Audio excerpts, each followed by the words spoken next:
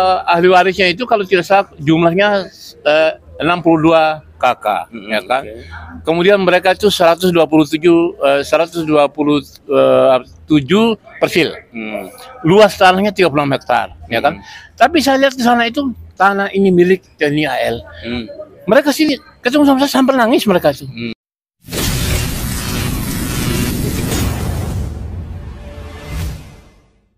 Apa kabar teman-teman semua? Saat ini saya sedang bersama dengan koordinator gerakan perubahan yang juga koordinator gerakan pemberantasan mafia tanah Indonesia ya Bang ya, yaitu Bapak Muslim Arbi.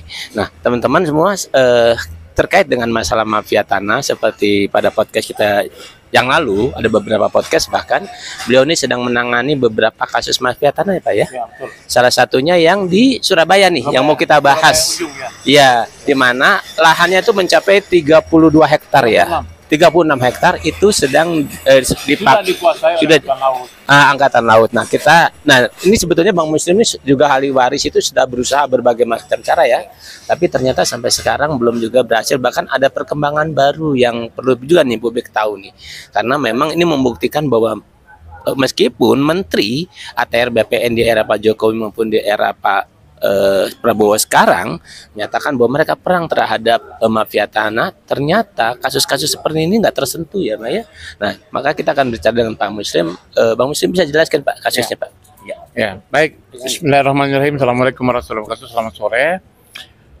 Saya sebetulnya memandang ya kan apa yang disampaikan oleh Presiden Prabowo maupun Menteri ATR BPN ini hanya bagi saya cuma omon-omon. Kenapa? Ini kan sebentar lagi tanggal 20 Januari ini kan 100 hari pemerintahan Prabowo dari mulai tanggal 20 Oktober, ya kan? Dan sebetulnya di awalnya saya semangat betul, ya kan? Saya semangat karena apa? Saya bukan sekedar mengetahui, tetapi terjun langsung, turun langsung ke sejumlah kasus, ya kan? Yang ada di Jawa Timur, ya kan? Mulai dari kasus yang ada yang diduga melibatkan PT Citraland, PT Pakuwon, PT Spil, dan sekarang ini itu kan swasta, swasta lah private. Kalau yang ini angkatan laut ini negara ya, ya kan? Jadi negara, tanah rakyat yang dulunya itu luasnya 31 tambah 36 itu berarti 67 hektar. Yang 31 sudah dibayar. Ini 36 ini sudah hampir 40 tahun ini. Saya udah kesana kemarin, ya kan. Saya ketemu dengan para ahli warisnya yang sudah tua-tua, sakit-sakit, ya, jalannya pincang-pincang dan sebagainya. Kan artinya mereka punya tanah yang begitu luas, ya kan, tidak bisa memanfaatkan. Mereka miskin-miskin. Nah, ini kan artinya begini. Ini kan mereka jalani sudah 8 presiden. Dari mulai Presiden Soeharto sampai sekarang Presiden Prabowo, nggak ada itu. Nah, jadi kalau begitu, ya dikatakan bahwa gerakan memberantas mafia tanah itu gimana? Gitu loh, ya kan? Nah, benar. Kalau nggak salah ada Satgas Mafia Tanah kan? ada Satgas Mafia Tanah, sebagian sudah saya laporkan. Sampai hari ini pun saya melihat belum ada perkembangan yang betul-betul itu memberikan perkembangan yang berarti. Jadi apa kerjanya ya? Nah makanya begini kan, artinya begini. Menurut saya kalau ternyata baik Satgas Mafia Tanah maupun Menteri ATR BPN ini sudah 100 hari, ini nggak bisa ganti. Jadi Satgas ini direstrukturisasi, dicari pejabat-pejabat yang lebih kompeten, yang lebih mampu, ya kan, di Satgas Mafia Tanah itu, jenderal polisi ganti mereka gitu kan. Kan Satgas itu kan dari polisi dan kejaksaan, ya kan, dan BPN. Nah begitu juga menterinya nih, kalau menterinya ini ternyata juga tidak bisa ganti, kan banyak yang lain, masa iya sih? Apalagi kita tahu lah, Nusron ini kan juga punya backgroundnya kan bukan sebagai profesional, artinya bukan karir ya, yang menguasai masalah itu. Sehingga sebetulnya kalau saja laporan ini yang kita sudah bikin surat, ya kan, kita expose di berbagai media-media sosial, kalau direspon, hubungi kami, ya kan, bicara, selesai penyelesaiannya. Contoh nih, yang Semampi Angkatan Laut ini, ya kan, itu kan terdiri dari ahli warisnya itu kalau tidak salah jumlahnya 62 kakak, ya kan. Kemudian mereka itu 127 persil. Luas tanahnya 36 hektar, ya kan. Tapi saya lihat di sana itu tanah ini milik TNI AL. Mereka sini ketemu sama saya sampai nangis mereka itu. Mengadu dengan air mata yang apa namanya itu, dengan apa mereka sangat sedih. Bagaimana kami ini miskin, hidup saya susah, sementara kami hidup susah. Itu negara loh. Jadi dan ini saya sudah lakukan upaya menyurati presiden, menyurati Menteri Keuangan Sri Mulyani dan Dirjen Anggaran. Kenapa? Karena dulunya mereka ini sudah pernah diterima oleh pihak Angkatan Laut, ya kan, di sana Cilangkap. Kemudian mereka sudah pernah diterima oleh DPR, kemudian pernah diterima oleh Komnas HAM, ya kan gitu ya. Bahkan waktu dijanjikan segera dibayar. Loh, sampai hari ini gimana itu? Ini kan sama saya dengan negara merampas tanah rakyat. Betul. Ini yang terjadi. Makanya kan sebetulnya saya pingin ya kan, kalau misalnya memang ini saya pingin supaya kepala staf AL ya dan menteri pertahanan ya kan, Bang Syafri Samsudin terima.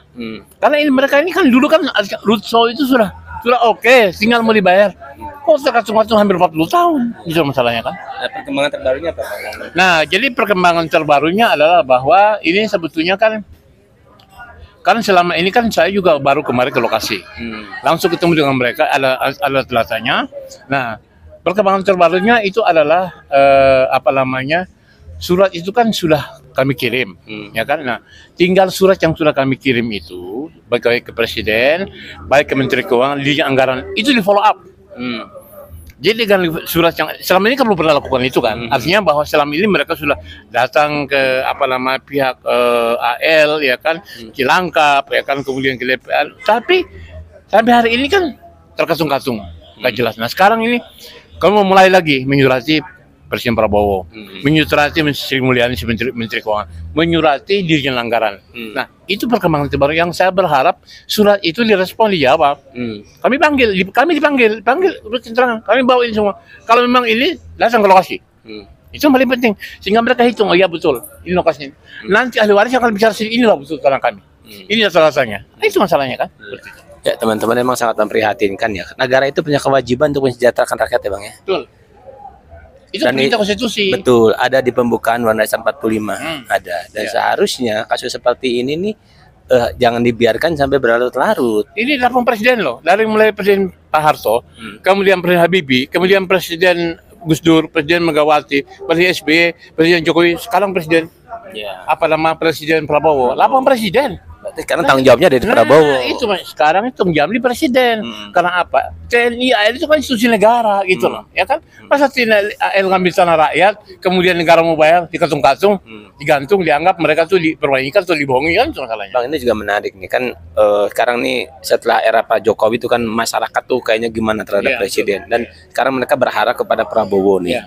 Nah dengan adanya kasus ini, sementara juga 100 hari hampir selesai, Abang melihatnya Prabowo gimana sebetulnya? Ya jadi sebetulnya saya masih berharap ya, saya masih berharap karena saya kenal Pak Prabowo itu kan jiwa korsanya, ya kan, karena kemarin juga kan misalnya dia juga membebaskan hutang-hutang UKM, ya kan, kemudian kemarin itu meninggikan pajak juga untuk yang kecil, menengah ke bawah itu enggak kan gitu, paling 12% itu kan.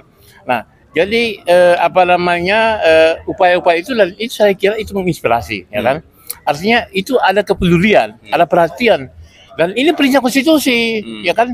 Ini orang miskin dan anak telantar dipelihara oleh negara, jangan kemudian dirawat oleh negara. Padahal aset mereka diambil. Jangan malah negara menyengsarakan rakyat. Itu perintah konstitusi kan, itu masalahnya. Ya, semoga Pak Prabowo dengar ya. Jadi saya berharap Pak Prabowo ya kan, kalau memang Menteri ATR-nya ini nggak becus kerja ganti, ya kan.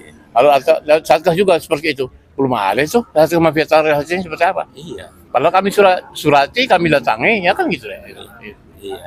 Iya. Nah Pak Prabowo, semoga ya Pak Prabowo mendengar ini dan Prabowo bisa membuktikan, kan Pak Prabowo tuh pernah bilang saya akan mensejahterakan rakyat. Nah ini salah satu ujian buat beliau. Ya pernyataan beliau itu kan kita lagi artinya berbicara depan umum, berarti kan bertanggung jawab. Akuntabilitas politiknya seperti apa gitu loh. Dan kita juga nggak berharap Pak Prabowo itu suka bohong kayak Pak Jokowi. Oh iya, kalau nggak begitu kan dianggap sama aja dong. Betul. Nah teman-teman semua, kita berharap ya Pak Prabowo ini memahami penderitaan masyarakat yang tanahnya diambil oleh angkatan negara. Dalam hal ini TNI Angkatan Angkatan Laut. Memang kita khawatirnya sih gini sih Pak, kan separuh dulu udah dibayar, yang ini belum. Jangan-jangan ini sudah dibayar, cuman uangnya menguap. Makanya kan begini kan, saya boleh dong punya asumsi, apakah ini sudah dibayar uang nggak ngucur, kan gitu masalahnya. Karena pada waktu sudah hitung itu sampai ketinggal berapa per meter akan dibayar. Kok sampai hari ini sekian puluh tahun kok terkasung-kasung. Mereka sudah semakin tua, sebagian sudah meninggal, kan itu masalahnya kan gitu loh. Ini ya karena kan mereka hidup di belantara, hutan belantara yang negara-negaranya gitu. Iya, betul. Itu loh masalahnya. Jadi saya berharap bahwa yang persir yang sudah 31 hektar yang bagian barat daya itu nanti saya kirim saya, itu yang sudah dibayar, yang tinggal nih, ya kan yang di bagian timurnya nih. Timurnya ini selesai. Ya, teman-teman, kita berharap ya, sekali lagi saya katakan, kita berharap Pak Prabowo mendengar ini dan minimal Menteri ATR-nya ya Pak ya, Yusron Wahid itu mendengar dan menindaklanjuti untuk membuktikan bahwa Prabowo itu memang nggak berbohong, bahwa Prabowo itu benar-benar ingin mensejahterakan rakyat. Dan sekali satunya lagi, Menteri yang ditunjuk ini the right man on the right place, bukan the right man not in the right place. Atau misalnya not the right man in the right place, gitulah. Dan ini menjadi ujian buat Pak Prabowo untuk membuktikan bahwa dia memang serius ingin mensejahterakan rakyat.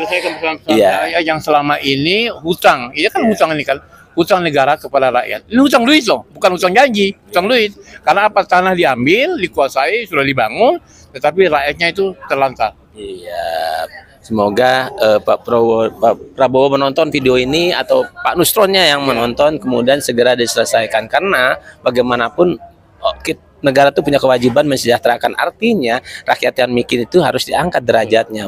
Nah, dalam kasus mafia tanah ini dengan membayar itu otomatis Pak Prabowo negara sudah menjalankan tugasnya. Artinya ada harapan kalau memang ternyata mereka terbayarkan, itu mereka saya yakin akan mendoakan. Mendoakan karena mereka bersyukur dan yang terutama sekali mereka pasti akan berpikir, oh negara ini masih ada. Dan yang penting lagi mereka tuh merasa sudah nggak dijolimin lagi. Itu yang kan penting. Bayangin aja orang kecil yang usianya sudah pada tua-tua, bagaimana tuh, ya kan? Nanti saya kirim itulah rasanya. Teman-teman, demikian podcast saya dengan Muslim Arbi hari ini. Kita bertemu lagi pada podcast yang selanjutnya. Bang Muslim, makasih. Oke, makasih. Ya, teman-teman, assalamualaikum warahmatullahi wabarakatuh.